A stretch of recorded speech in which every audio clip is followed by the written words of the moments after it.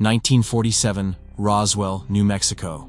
A mysterious event that still baffles people today. That night, a strange, flying object fell from the sky onto a farmer's field in Roswell. The U.S. Army immediately sealed off the area and took the debris away.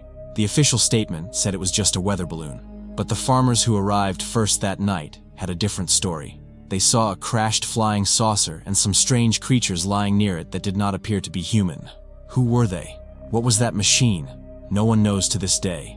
Whatever was found that night was hidden by the U.S. Army in a top-secret military facility known to the world as Hangar 51. 10 years after this incident, in 1957, a U.S. military convoy was heading toward Hangar 51 in Nevada, USA, but was stopped at a checkpoint by guards because a nuclear weapon test was soon to take place there. Therefore, the entire area was sealed off for 24 hours. But then, the soldiers shot all the guards, broke through the checkpoint, and headed straight to a massive warehouse inside Hangar 51. In reality, they were Russian soldiers disguised as American soldiers. Upon reaching the warehouse, they opened the trunk of their car and pulled one hostage out. Then they pulled the second hostage out of the trunk and threw him to the ground. That hostage was Indiana Jones, a renowned archaeologist and fearless treasure hunter whose exploits had become legendary and whose adventures were known throughout the world. The other hostage was Mac, a former soldier and an old friend of Indy's. They had recently been conducting archaeological research in Mexico. The Russians had captured them from there and brought them here. Indy couldn't understand what the Russians wanted from him. Just then, a woman stepped out of the car and stood before Indy. She was Irina Spalko, a Russian military officer. Indy remained fearless. He looked Spalko in the eyes and asked, "Why have you taken us hostage?" Spalko and her soldiers brought Indy inside the warehouse. It was a huge warehouse filled with secrets collected by the American military over the years. There were thousands of boxes, each containing some hidden mystery. Among all those boxes, Spalko was looking for just one. Spalko said, "Dr. Jones, I'm looking for an object. A rectangular box containing a corpse. You must be familiar with the corpse I'm talking about, because 10 years ago, you were part of the team that investigated that incident." In fact, Spalko's words were directly related to the Roswell, New Mexico incident. She was looking for the body that the U.S. military had recovered from the crashed flying object. Indy said, "I did go there to investigate, but I stood 10 meters away. The U.S. military didn't let anyone, not even me, see what was there." Then the Russian soldiers pointed their guns at him and said, "Help us find the box, or you'll be killed." Indy was helpless. He agreed to find the box, but finding that one box among thousands of boxes was like searching for a needle in a haystack. However, Indy was the kind of man who could uncover secrets, even in the most impossible situations. Indy asked Spalko's men for gunpowder, but they laughed. Then Indy said, "I noticed something at the scene that night. The thing you're looking for is highly magnetic, and gunpowder contains metal particles. If you want my help, give me the gunpowder." Spalko's soldier handed Indy a handful of gunpowder. Indy blew it into the air. The gunpowder began to get pulled in a certain direction and disappeared into a pile of boxes. This meant the box Spalko was looking for was nearby. Now Indy asked for shotgun shells, removed the small iron pellets from them, and scattered them among the boxes. All the pellets stuck between the boxes. Spalko ordered her soldiers to move the boxes. As soon as they cleared them, a box appeared with all the pellets stuck to the outside. Spalko had found her box. No one knew what was inside that had such a strong magnetic force that metal objects were drawn toward it even from a distance. On Spalko's command, the soldiers loaded the box onto a cart. Then the box was opened. Inside was a metallic-looking container. The soldiers cut open the container with a knife. Smoke began to rise from it. Then, what appeared next stunned everyone. Inside was a charred creature, its hand sticking out. That hand was definitely not human. All the soldiers watched with silent fear. Just then, Indy seized a chance, snatched a soldier's gun, and aimed it at Spalko. He ordered all the soldiers to drop their weapons. They lowered their guns, but in the next moment, they started laughing and raised them again. Indy was confused. When he turned around, he saw his friend Mac pointing a gun at him. Indy asked in shock, "Why this betrayal, Mac? I thought we were good friends." Mac said, "Friend, I'm just a businessman and these people are going to give me a lot of money." Now, Indy's escape was impossible. He threw his gun down in anger, but it fired, hitting a soldier's leg. All the soldiers panicked. Seizing the chance, Indy escaped in a rocket sled. But as soon as he got away, the FBI arrested him. Indy gave them all the information. However, the FBI began to suspect Indy of being a Russian accomplice. Although they released him, they continued to keep an eye on him. This had a negative impact on Indy's image. Indy, besides being a treasure hunter, was also a professor of archaeology at a college. He was soon dismissed from the college. Indy was deeply disheartened. He decided to leave town. The next morning, he boarded a train for New York City. But as the train was leaving the station, someone called out to him from outside the window. Indy saw a young man riding a motorcycle. The boy said, "Professor Jones, do you know Dr. Harold Oxley?" Indy was shocked because Harold Oxley was his old friend. Indy asked, "Where is Oxley?" The boy replied, "Oxley's life is in danger." Hearing this, Indy immediately got off the train and went to a cafe with the boy. The boy introduced himself as Mutt and showed Indy a photo of himself with Oxley. Seeing it, Indy said, "Oxley was a brilliant archaeologist, my best friend, but I haven't seen him in 20 years. What's your relationship with Oxley?" Mutt replied, "When my father died, Oxley helped my mother raise me. He was like a father to me." Indy asked, "So, you mean Oxley's life is in danger?" Mutt explained that 6 months ago, his mother received a letter from Oxley. Oxley was searching for an ancient artifact in Peru. He was looking for some kind of skull, a crystal skull similar to the one discovered by Mitchell Hedges. In 1924, Mitchell Hedges, a British explorer and author, claimed that his adopted daughter, Anna, had discovered a mysterious skull during excavations at a Mayan site called Lubantun. It resembled a human skull but was made of crystal, transparent and so perfectly carved as if it had been cut with a laser. However, such a feat was impossible for the civilizations of that time.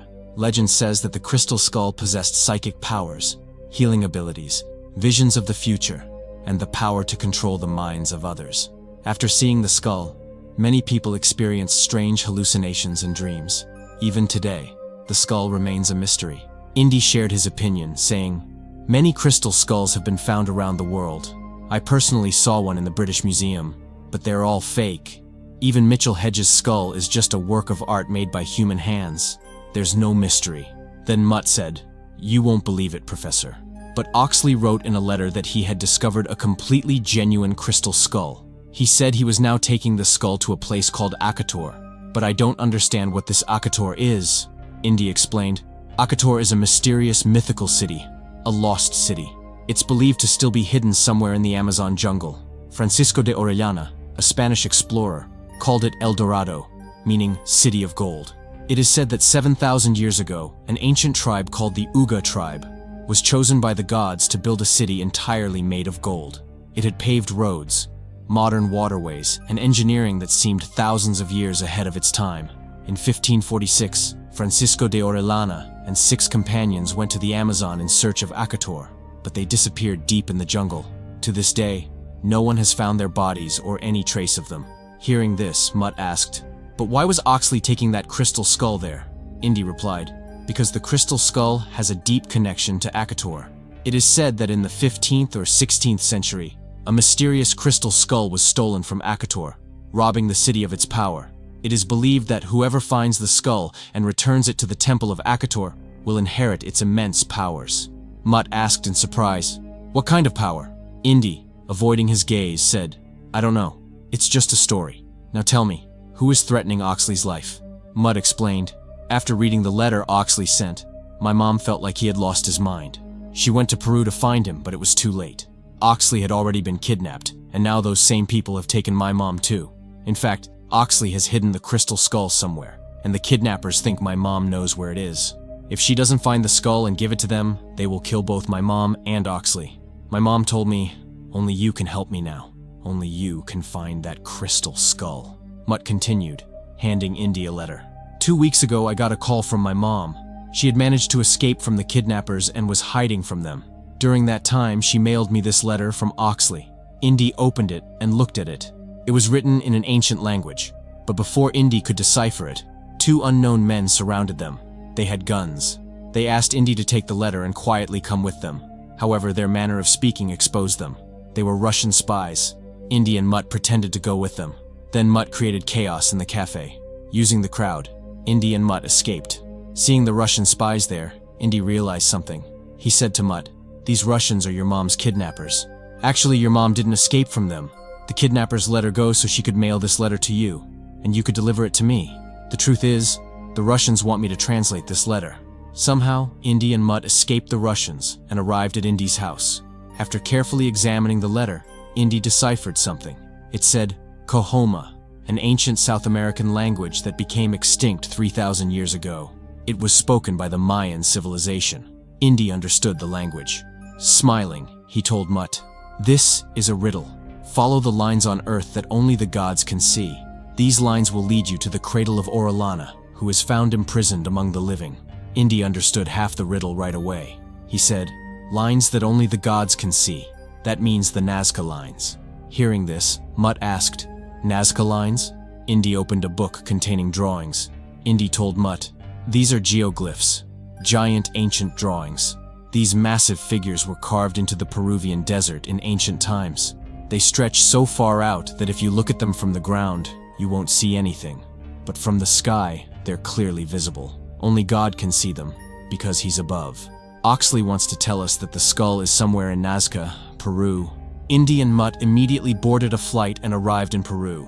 After questioning the locals in a village, they learned that Oxley had arrived a few months earlier. But his behavior was like a madman. He would scream and mutter to himself for no reason. The police arrested him and put him in a mental asylum. Indy and Mutt reached the asylum right away, unaware that a strange figure was stalking them like a shadow. Indy and Mutt met the warden of the asylum and asked about Oxley. The warden explained that a few weeks earlier, some armed men had come and taken Oxley away. He also said that Oxley had been locked in his cell for a long time. During that period, he had been scratching pictures on the walls. The warden led Indy and Mutt to Oxley's cell. Inside, Oxley had carved skulls all over the walls, and next to them, in various ancient languages, he had written the same word, return. Indy was amazed by the image of the skull, as it was completely different from any other crystal skull discovered so far.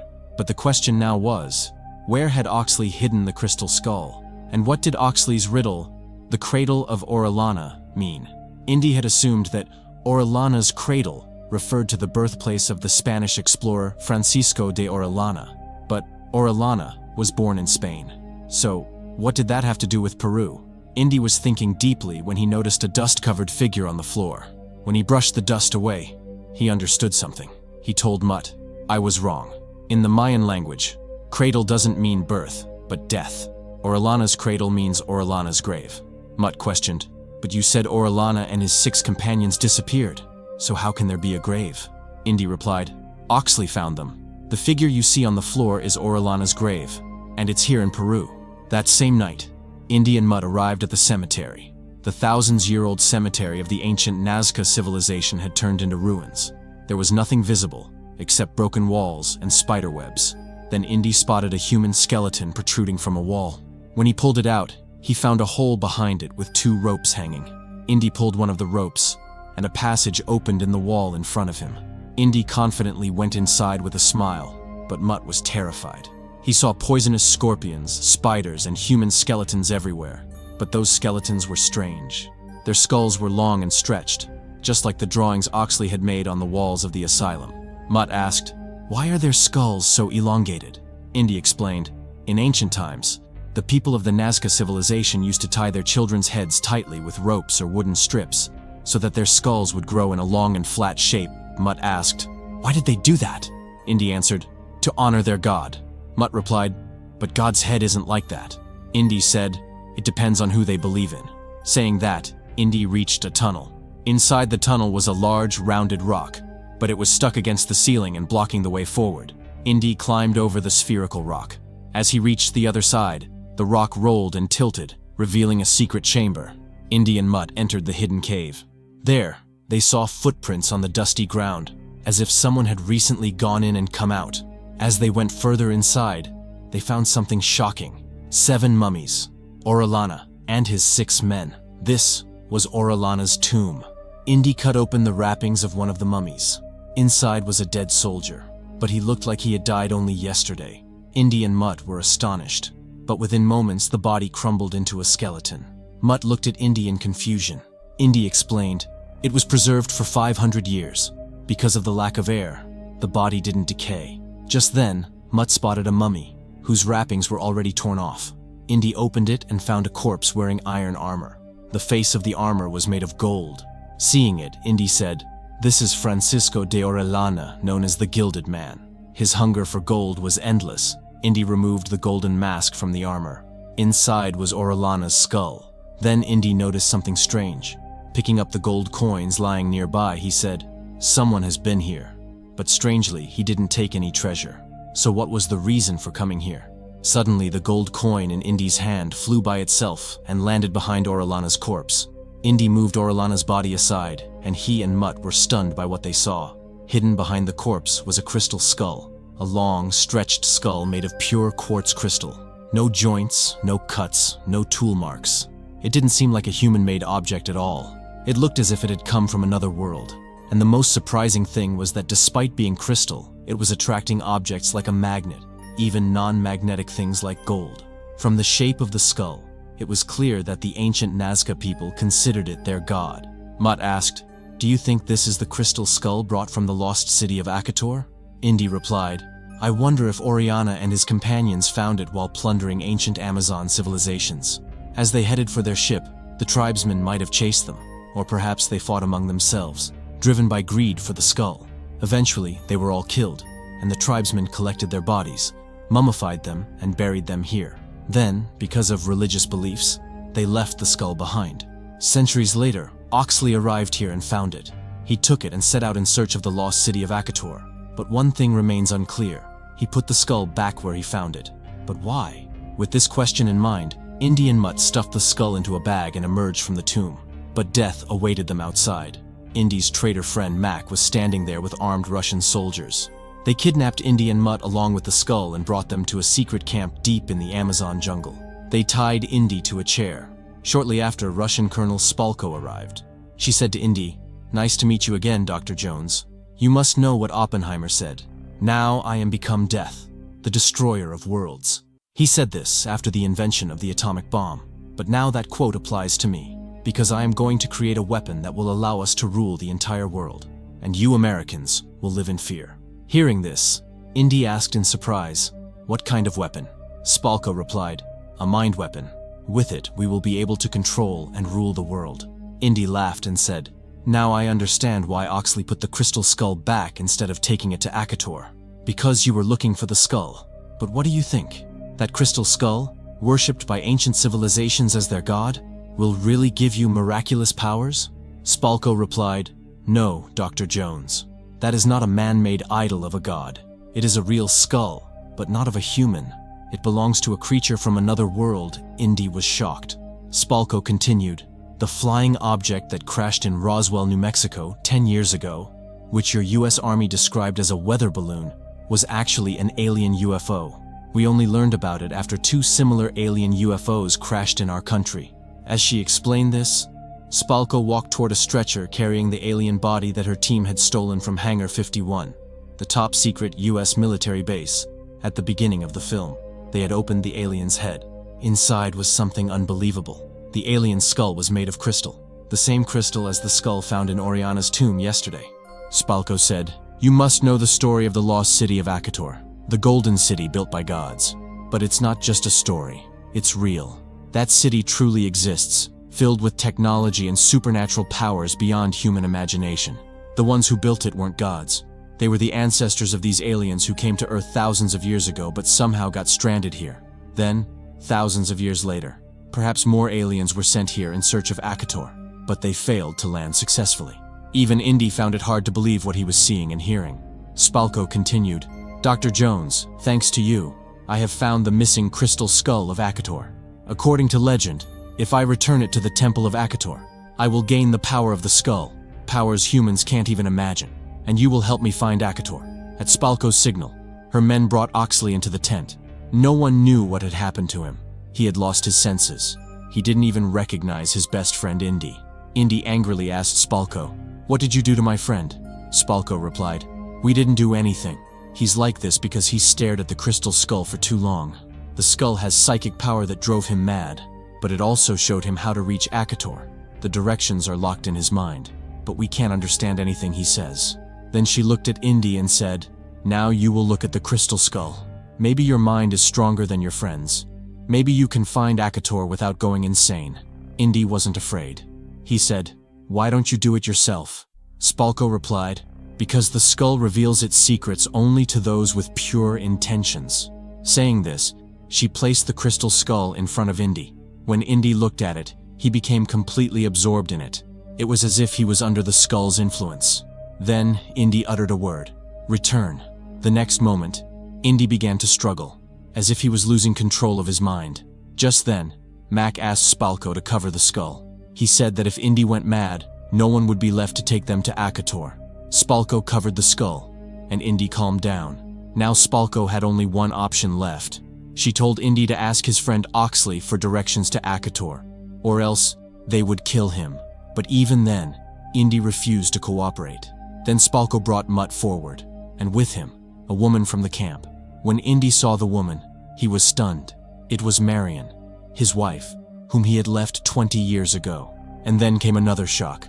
Marion hugged Mutt and called him her son. In reality, Mutt was Indy and Marion's son. Indy couldn't believe what he had just learned. Mutt was also stunned to learn the truth. Spalko threatened Indy that if he didn't help them, his family and friends would all be killed.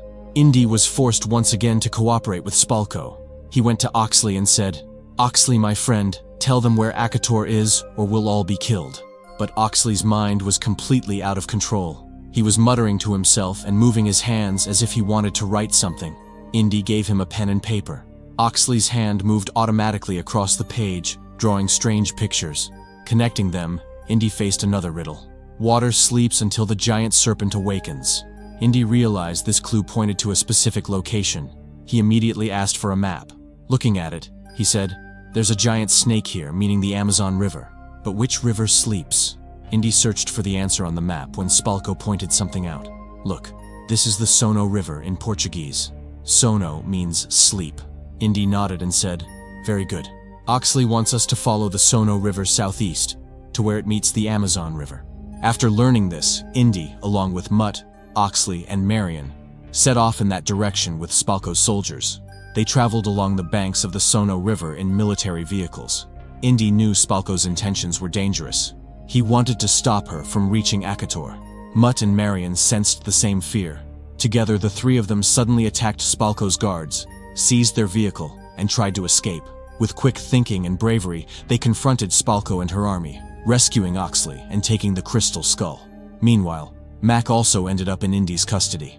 Indy began beating the traitor, but Mac revealed he wasn't a traitor. He was an undercover agent for the US CIA. Hearing this, Indy let him go. Now that Mac's secret was out, he appeared to support Indy. They all fled along the riverbank, escaping Spalko and her army. But then their vehicle plunged straight into the river and fell down a massive waterfall. Luckily, they survived and reached the shore safely. Spalko and her soldiers were finally left behind. Indy decided to go to Akator himself and return the skull to its rightful place. Just then, Oxley noticed something and said, "Through those eyes, I last saw in tears." Everyone turned toward a massive rock ahead. It looked like a giant face carved into the mountain, with a waterfall flowing from one of its eyes. Indy understood instantly. They had to enter through the rock's eye. That was the gateway to Akator. They followed Indy inside. The cave was enormous. As they moved deeper, they found something incredible. Ancient paintings on the walls showing the Uga tribe, worshipping the sun god. Indy and the others were amazed. Mac asked, "How old do you think it is?" Indy estimated, "It looks 4,000 to 5,000 years old." The Uga tribe and the Egyptians shared many similarities. Both worshipped the sun god, and their gods had elongated skulls just like the crystal skull. This clearly showed that the gods they worshipped were aliens from another world. The drawings revealed that these aliens had taught humans how to farm, build irrigation systems, and become a civilized society. Indy kept moving forward, guided by Oxley, who had been here before. But suddenly, indigenous warriors ambushed them. The group ran for their lives, but they couldn't get very far. The indigenous warriors surrounded them from every direction. Their faces were painted, their weapons raised, and they looked furious to see intruders in their sacred territory. Indy and the others could clearly see death closing in. Then, something unexpected happened. Oxley took the crystal skull out of his bag and held it up high. The moment the tribesmen saw the skull, They froze, then slowly stepped back in fear and respect. The skull saved their lives. Using that moment, Indy and his companions slipped away and reached a massive pyramid. Oxley led them up to the top, where a large pillar-like stone stood, decorated with carved faces all around and surrounded by sand. Oxley scooped a handful of sand and whispered another riddle. With a true heart, lay your hand on the golden key that will open the palace of eternity. He pressed his palm on one of the carved stone faces, and the face moved like a hidden switch. Indy immediately understood. He and the others began removing the stone faces one by one. Sand poured out from inside the pillar as they worked. As the pillar emptied, 4 large stone supports above them slid into place. The ground beneath their feet vanished, and suddenly they dropped through, landing hard on a stone staircase inside the structure. Below them was a deep well, and the stairs led down into it. But before they could take a breath, the steps themselves began disappearing, sinking back into the walls like a collapsing trap. They sprinted downward, just managing to escape before the last of the stairs disappeared behind them. Deep inside the well, they discovered an entrance to a chamber. Inside, they stopped in awe. The room was filled with gold and priceless artifacts from ancient civilizations. Macedonian swords, Sumerian tablets, Etruscan statues, Babylonian relics, Egyptian treasures, all perfectly preserved. It looked like a museum created by beings who studied every civilization on Earth. Indy whispered his realization. These weren't gods, they were archaeologists. He was deeply relieved that Spalko hadn't made it here, but he didn't know that danger was already on the way. Mac, still pretending to help, had planted a tracking device. Spalko and her soldiers were already closing in. Meanwhile, Oxley stood before a wall that depicted the figure of an alien skeleton. He held the crystal skull up toward the carved skull. Indy immediately understood. He took the skull and placed it exactly where the skeleton's head would be. The wall trembled. A hidden door slid open. Inside was a breathtaking sight. A circular chamber made of gold, with 13 alien skeletons seated on thrones, all made of crystal. But one was incomplete, its skull missing. It was the very skull Oxley had brought. Oxley hurried to place the skull back where it belonged, but a gun clicked behind him. He froze. Mac. At that same moment, Spalko entered triumphantly with her soldiers. Indy and his companions were powerless to stop her. Spalko stared at the alien skeletons, mesmerized.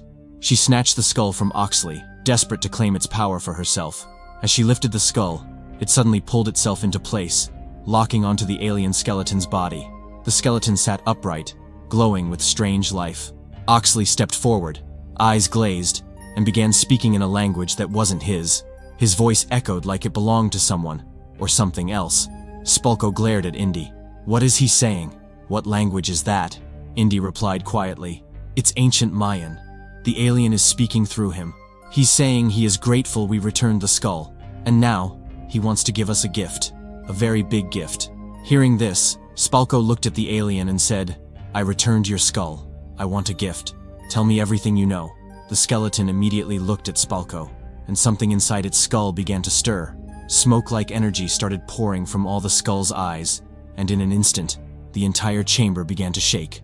The gold plating on the walls started to peel away, and the chamber began changing shape. Mutt asked nervously, "What are these creatures? Are they aliens?" Then Oxley blurted out, "Actually, these are creatures from another dimension. I think a portal is about to open and take them back to their world." Oxley's mind had finally broken free from the alien's control. He was fully conscious. Just then, a portal opened above the chamber, pulling everything inside. Indy quickly led everyone out, but Spalko, still greedy for the alien's gift, stayed behind. She demanded, "Tell me, I want to know everything. I want all your knowledge." Suddenly, energy began flowing from all the alien skeletons into Spalko's eyes. She could see through the aliens' eyes. All the knowledge stored in their minds was pouring into her. Then something extraordinary happened.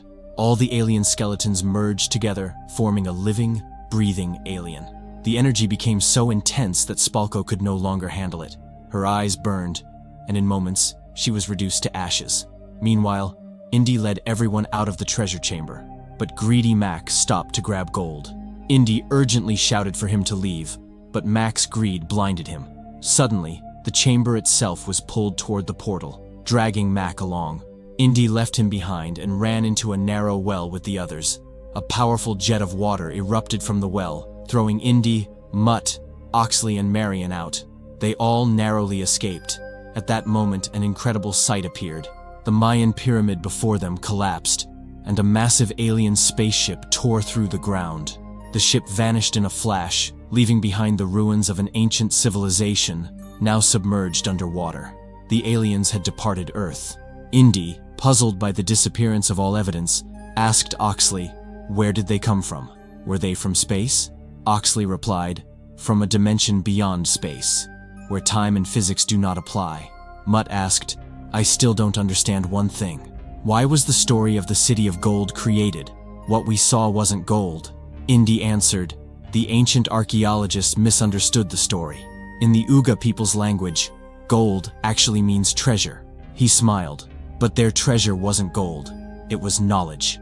Indy had once again made history, but this time, it was history with no evidence or witnesses. A truth seen by only a few, then lost forever. He quietly returned to his family, remarried Marion, and the film ended there. Friends, if you liked this video and got lost in the story while watching, please subscribe to support us, so we can keep bringing you more videos like this. Thanks for watching.